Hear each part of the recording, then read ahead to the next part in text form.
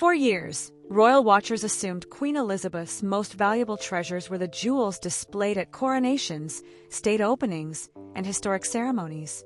But according to royal historians, the late Queen's most meaningful collection was hidden far from public view inside private apartments, locked cases, and carefully guarded vaults. And what makes that collection so fascinating is not its financial value. It is the story of who was trusted with it, who was not, and what those decisions may reveal about the future Queen Catherine and the monarchy she's preparing to inherit. When people hear the phrase royal jewelry collection, most immediately picture the crown jewels displayed under heavy security at the Tower of London.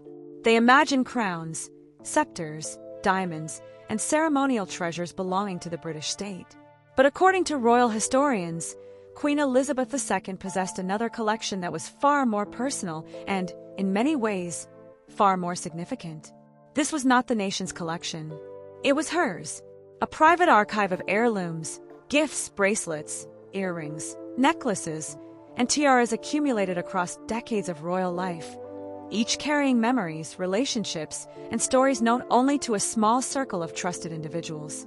And at the center of that world stood one woman, Angela Kelly. To the public, Kelly was often described as Queen Elizabeth's dresser and personal advisor. Yet those titles barely scratched the surface of her actual role. For years, she occupied one of the most unusual positions anywhere inside the royal household. She was not merely responsible for clothing or appearances. According to royal commentators, she became one of the primary guardians of the Queen's private collection, overseeing access to pieces that carried enormous emotional and historical significance. That responsibility placed Kelly in a uniquely powerful position, because access is often one of the most valuable forms of influence inside any institution. Not access to publicity, not access to money, access to trust. And trust was something Queen Elizabeth granted sparingly.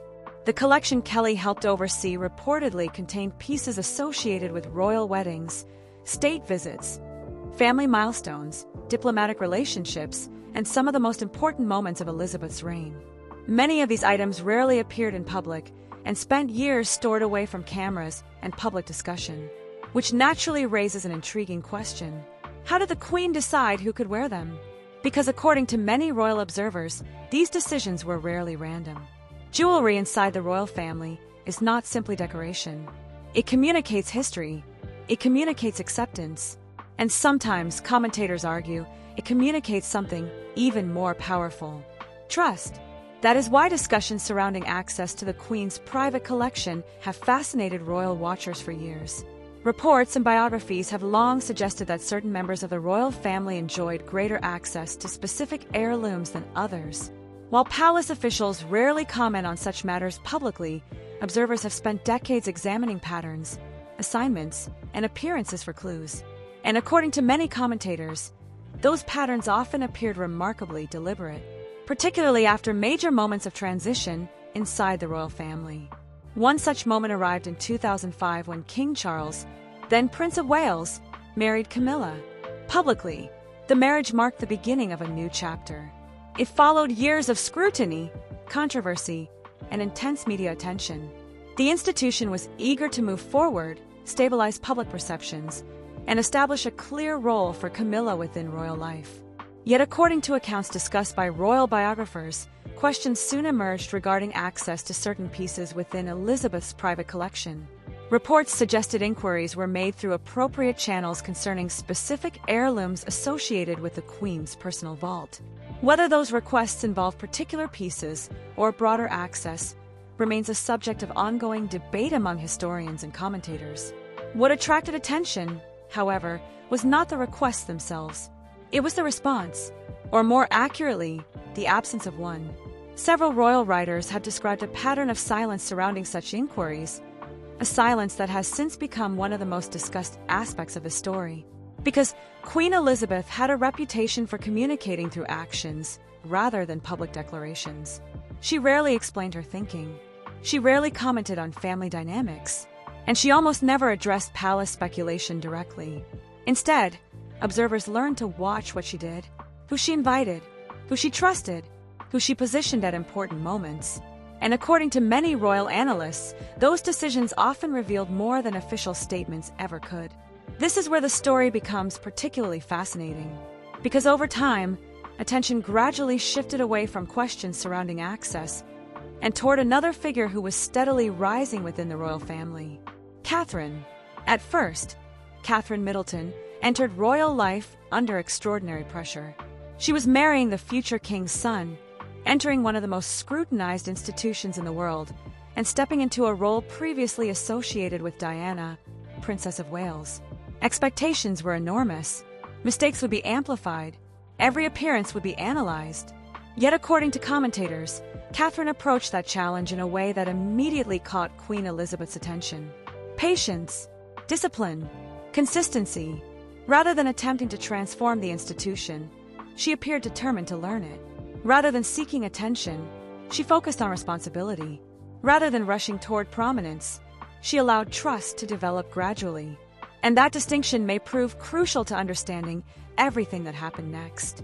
Because as years passed, royal observers began noticing a pattern involving Catherine and some of the most meaningful pieces within Elizabeth's private collection. Certain heirlooms began appearing at major events. Certain jewels with deep historical significance started being associated with the future Princess of Wales. At first glance, these choices appeared ceremonial, but commentators increasingly suspected they represented something more: a message, a signal, perhaps even a glimpse into how Queen Elizabeth viewed the monarchy's future. And if those observers are correct, then the story of the Queen's secret vault is not really about diamonds, pearls, or priceless treasures at all. It is about succession, it is about confidence, and it is about why one particular royal woman may have been quietly entrusted with far more than jewelry. Because the first major piece Queen Elizabeth selected for Catherine would soon trigger a conversation that continues fascinating royal watchers to this day, and many believe it revealed exactly how the late Queen intended to welcome the future Princess of Wales into the heart of the monarchy. What made Queen Elizabeth's choices regarding royal jewelry so fascinating was that she rarely explained them. Unlike modern public figures who often clarify decisions through interviews, statements, or public appearances, Elizabeth generally preferred a different approach. She allowed actions to speak for themselves. That habit became one of the defining characteristics of her reign. And according to many royal commentators, it is precisely why so much attention has been paid to the jewelry she reportedly entrusted to Catherine over the years. Because in royal circles, jewelry is rarely just jewelry. Every piece carries a history, every assignment carries meaning, and every public appearance creates an opportunity to communicate something without ever speaking a word. That reality became especially evident during the period leading up to Prince William and Catherine's wedding. At the time, Catherine was still relatively new to royal life. Public interest surrounding her was enormous, but many questions remained unanswered. How would she adapt to the institution? How would she handle the scrutiny? Would she eventually become a stabilizing force within the monarchy, or would the pressures of royal life prove overwhelming? Those questions were not limited to the media. According to royal historians, they existed inside palace circles as well. Because while Catherine was widely admired, Queen Elizabeth had spent decades observing people before fully extending her confidence. Trust was never automatic. It was earned through consistency, patience, and conduct over time. That is what makes the events surrounding Catherine's wedding particularly significant. As preparations intensified, attention naturally turned toward one of the most symbolic decisions associated with any royal bride: the tiara. For ordinary weddings, jewelry may be an accessory. For royal weddings, it becomes part of history. And according to many commentators, the tiara selected for Catherine's wedding day offered one of the earliest glimpses into how Queen Elizabeth viewed her future granddaughter-in-law. The Cartier Halo tiara had a remarkable history of its own. Originally acquired during the reign of King George VI, it eventually became part of Queen Elizabeth's personal collection. While it was not among the largest or most famous tiaras in the royal vault, it possessed something equally important: royal significance. And when Catherine appeared wearing it on her wedding day, commentators immediately began discussing the symbolism. Why this tiara? Why not another? Why entrust Catherine with a piece carrying such direct connections to the Queen herself? Those questions generated considerable interest among royal observers. Many viewed the decision as more than a matter of style. They viewed it as a statement, a quiet expression of approval from a monarch who rarely offered public endorsements. Whether that interpretation is entirely accurate remains open to debate, but what cannot be denied is that the assignment attracted enormous attention. And the attention only increased as the years passed. Because according to royal commentators, the wedding was not an isolated event. Instead, it appeared to mark the beginning of a broader pattern. Again and again, Catherine found herself associated with pieces carrying deep historical and emotional significance. Each appearance added another layer to the narrative that was gradually forming around her relationship with the late queen. At first, the pattern was subtle, easy to overlook. A bracelet here, a brooch there, a carefully selected piece for a state occasion. But over time, observers began noticing something interesting. The pieces often seemed connected not simply to royal history, but to Queen Elizabeth's personal story. That distinction mattered, because there is a significant difference between accessing the general royal collection and being associated with items carrying deeply personal meaning for the monarch herself. And according to many commentators, that difference revealed something important. The relationship between Elizabeth and Catherine appeared to be growing stronger. Not dramatically, not publicly, but steadily. What made this development particularly fascinating was that it occurred during a period when public attention frequently focused elsewhere. Headlines often revolved around political developments, royal tours, constitutional issues, or family controversies. Yet behind the scenes, commentators argue, Queen Elizabeth may have been quietly preparing the institution for the future, and that future increasingly involved Catherine. By this point, Catherine had demonstrated qualities that many observers believe Elizabeth valued deeply: discretion, reliability, patience, duty.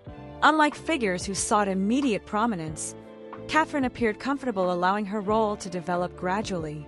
She embraced responsibilities carefully, avoided unnecessary controversy, and focused on building credibility over time. For a monarch who had spent 70 years protecting institutional stability, those qualities likely carried enormous value. Which raises another intriguing possibility.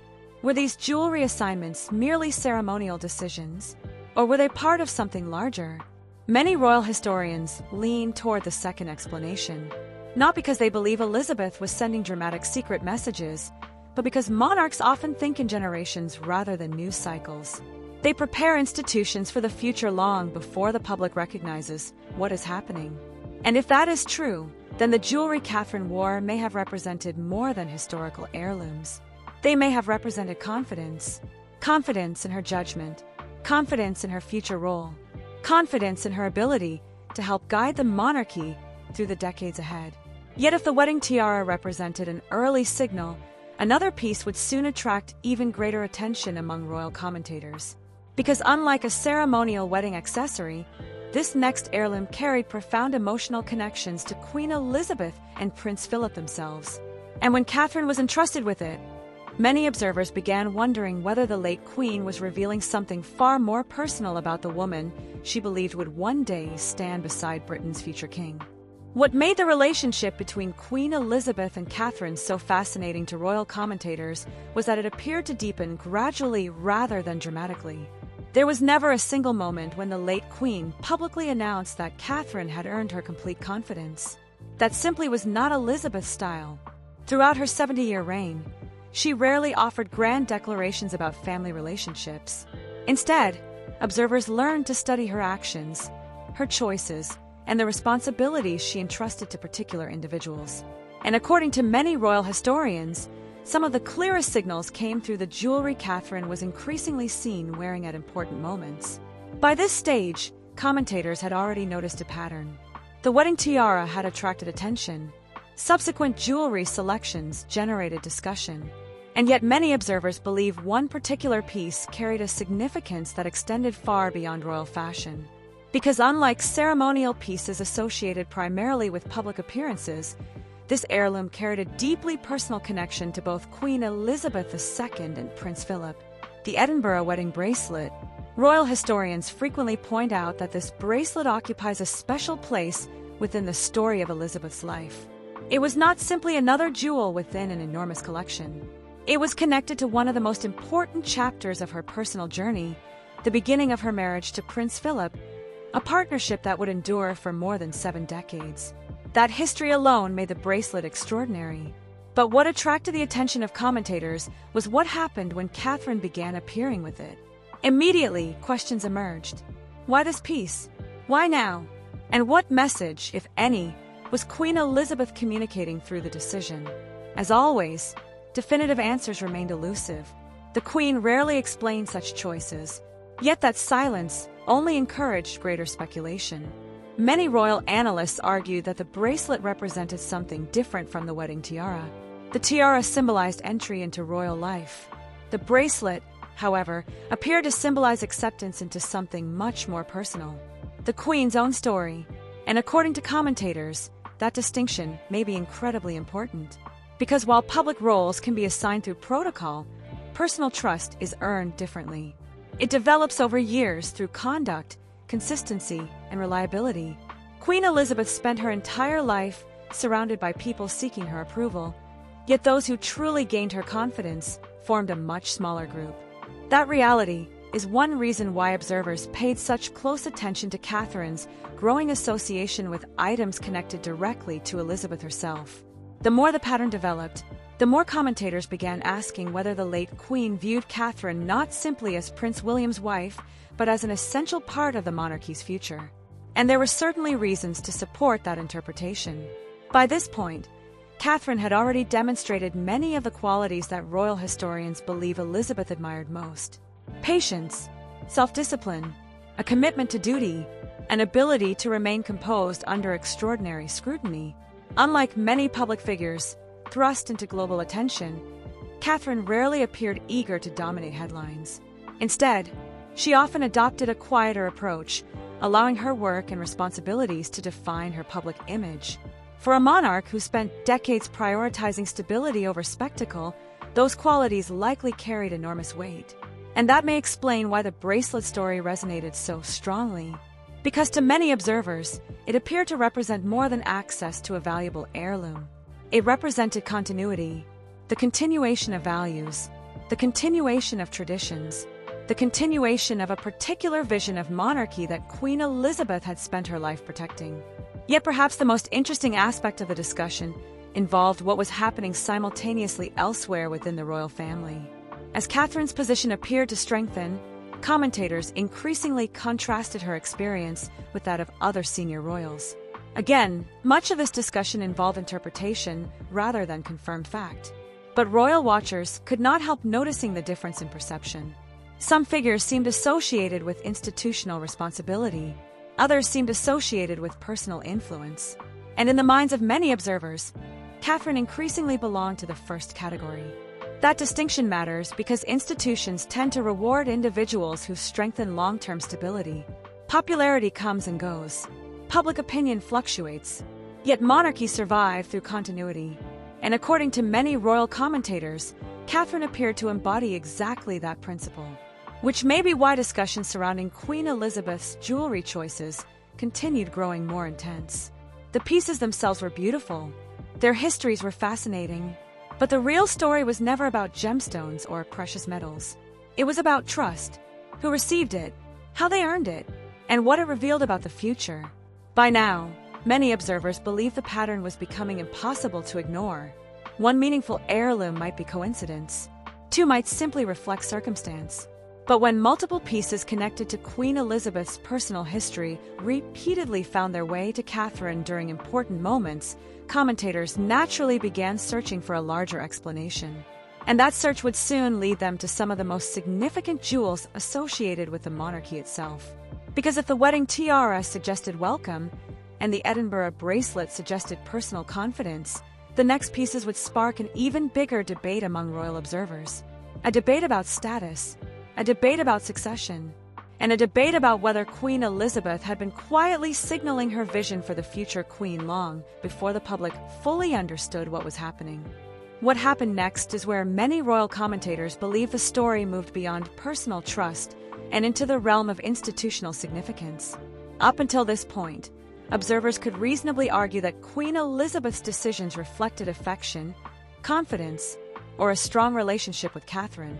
But as Catherine's position within the royal family continued to grow, attention increasingly focused on jewels carrying not only personal meaning but constitutional symbolism. And according to many royal historians, that distinction changes everything. Because some royal heirlooms are connected to individual memories, others are connected to the monarchy itself. The deeper commentators looked into the pattern surrounding Catherine, the more they noticed that the pieces associated with her seemed to be increasing in both significance and visibility. This was no longer simply about beautiful jewelry appearing at formal events. It was becoming a discussion about status, responsibility, and future expectations. One piece that generated considerable attention among royal observers was the Nizam of Hyderabad necklace. Royal historians frequently describe it as one of the most extraordinary necklaces in the entire royal collection. Originally given to Queen Elizabeth as a wedding gift, the necklace became closely associated with some of the most iconic images of her early royal life. For decades, it remained one of the most admired pieces in the Queen's private collection, which is why commentators immediately took notice when Catherine appeared wearing it. The reaction was swift, not because Catherine looked elegant wearing the piece. That was expected. The fascination came from what the choice appeared to represent. Many observers argue that jewels carrying such strong personal associations with Queen Elizabeth were rarely assigned casually. Every appearance seemed carefully considered. Every selection appeared deliberate. And while palace officials never publicly framed these moments as symbolic transfers of confidence, commentators could not help drawing their own conclusions. Why repeatedly entrust Catherine with pieces tied so closely to the Queen's own story? Why allow those visual associations to develop?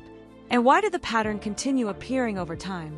Those questions became even more intriguing when discussions expanded beyond individual jewels and toward another royal tradition carrying immense significance: the royal family order. Unlike necklaces, tiaras, or bracelets, family orders are not decorative heirlooms passed casually between generations. They are personal honors awarded directly by the monarch. Historically, they serve as visible indicators of trust, service, and standing within the royal family. That is why royal watchers pay such close attention to them. They are not purchased, they are not inherited, they are granted, and according to commentators, that distinction makes them uniquely revealing. When Catherine received Queen Elizabeth's family order, many observers interpreted the gesture as one of the clearest public acknowledgments of her growing importance within the institution. It was not merely recognition of her position as William's wife. Rather, commentators argued, it represented recognition of her own contributions to royal life. Again, Queen Elizabeth offered no public explanation. She never outlined her reasoning. She never discussed her private assessments. Yet the symbolism spoke loudly enough to generate widespread discussion among royal analysts. Because by this stage, Catherine's trajectory appeared increasingly clear. She was no longer viewed simply as a successful royal spouse.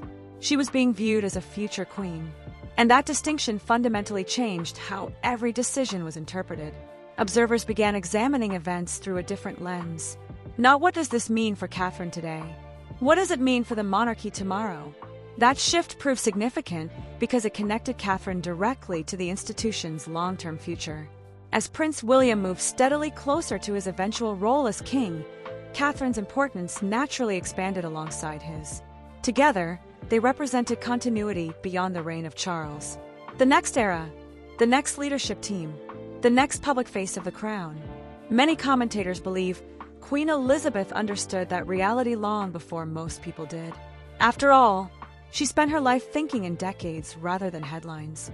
She understood that monarchy survived not by reacting to current events alone, but by preparing for transitions years in advance. And according to many royal historians, that preparation may explain why Catherine appeared so frequently connected to heirlooms carrying exceptional significance. Not because Elizabeth was sending dramatic secret messages, not because she was publicly choosing sides within family debates, but because she was quietly reinforcing confidence in the people she believed would carry the institution forward. That interpretation gained even more momentum as Catherine's public role continued expanding. State occasions became more important. Diplomatic engagements became more visible. International attention intensified. Yet throughout that period, Catherine maintained the same qualities that had reportedly impressed Queen Elizabeth from the beginning.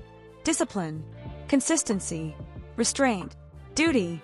Those characteristics strengthened the narrative many commentators were already building. A narrative suggesting that the late Queen saw Catherine as more than a temporary figure within royal life. She saw her as part of the monarchy's future foundation.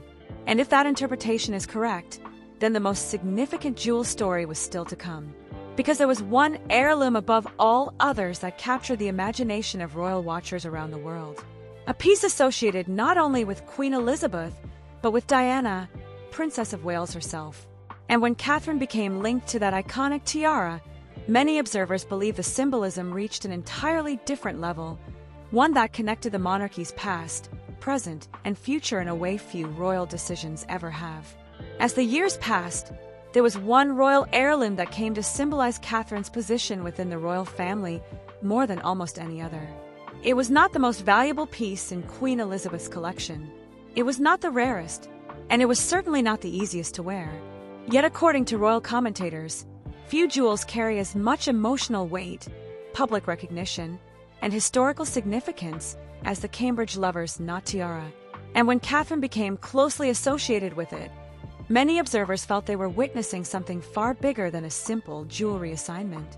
Because the lover's knot is not just a tiara, it is a symbol of continuity, a symbol of duty, and perhaps most significantly, a symbol linked forever to Diana, Princess of Wales.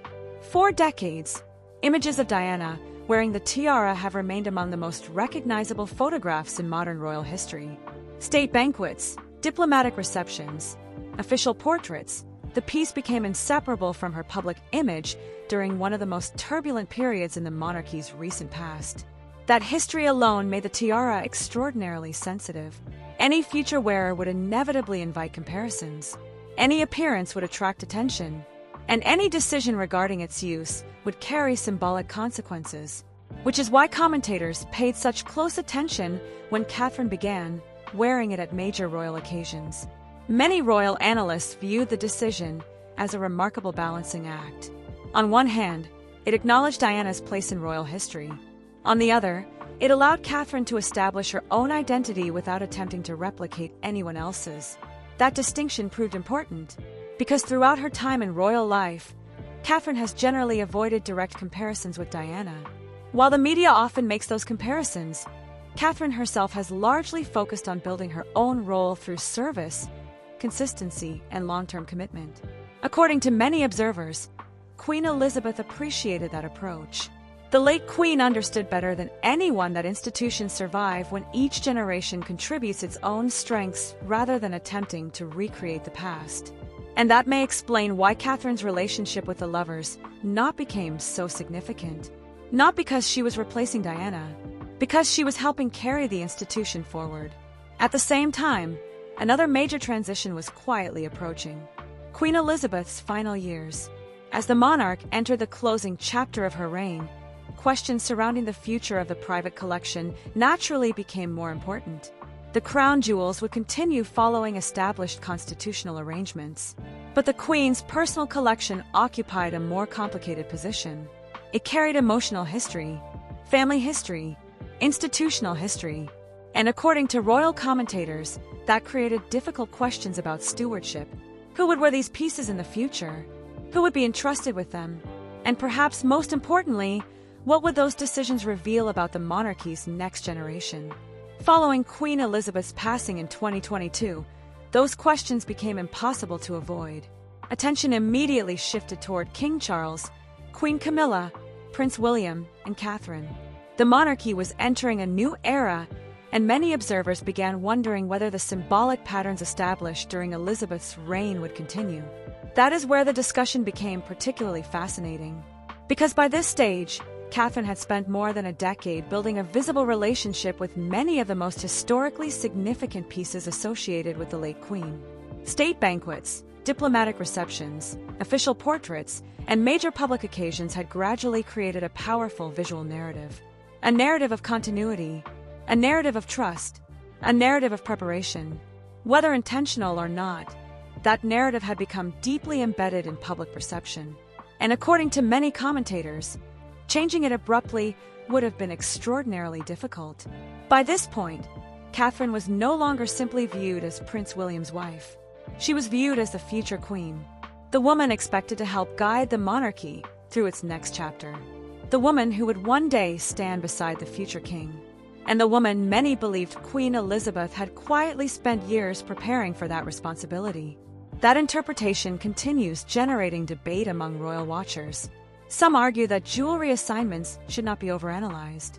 Others believe symbols matter profoundly within institutions built on tradition. Yet regardless of where someone falls in that debate, one fact remains difficult to ignore. Again and again, some of the most meaningful pieces associated with Queen Elizabeth appeared in Catherine's possession during some of the most important moments of her royal life. And over time, those moments created a story of their own. Not a story about diamonds, not a story about pearls, not even a story about royal wealth. A story about confidence, a story about succession, and a story about how one monarch may have quietly communicated her vision for the future without ever needing to explain it publicly. Because perhaps the greatest lesson from Queen Elizabeth's private collection is that power inside the monarchy has never been communicated solely through speeches, titles, or ceremonies. Sometimes it is communicated through trust. Sometimes it is communicated through responsibility. And sometimes it is communicated through the simple act of placing a treasured heirloom into someone else's hands and allowing the world to draw its own conclusions.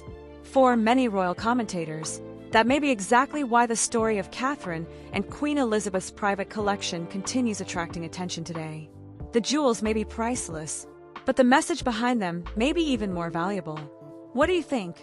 Were Queen Elizabeth's jewelry choices simply practical decisions based on royal protocol, or do you believe they reflected a deeper level of trust in Catherine as the future queen? Share your thoughts in the comments below, because this remains one of the most fascinating debates in modern royal history. If you enjoyed today's analysis, don't forget to like the video, subscribe to the channel, and turn on notifications so you never miss our latest coverage of Prince William, Catherine, Princess of Wales, King Charles, Queen Camilla, and the stories shaping the future of the British monarchy. Thanks for watching, and we'll see you in the next video.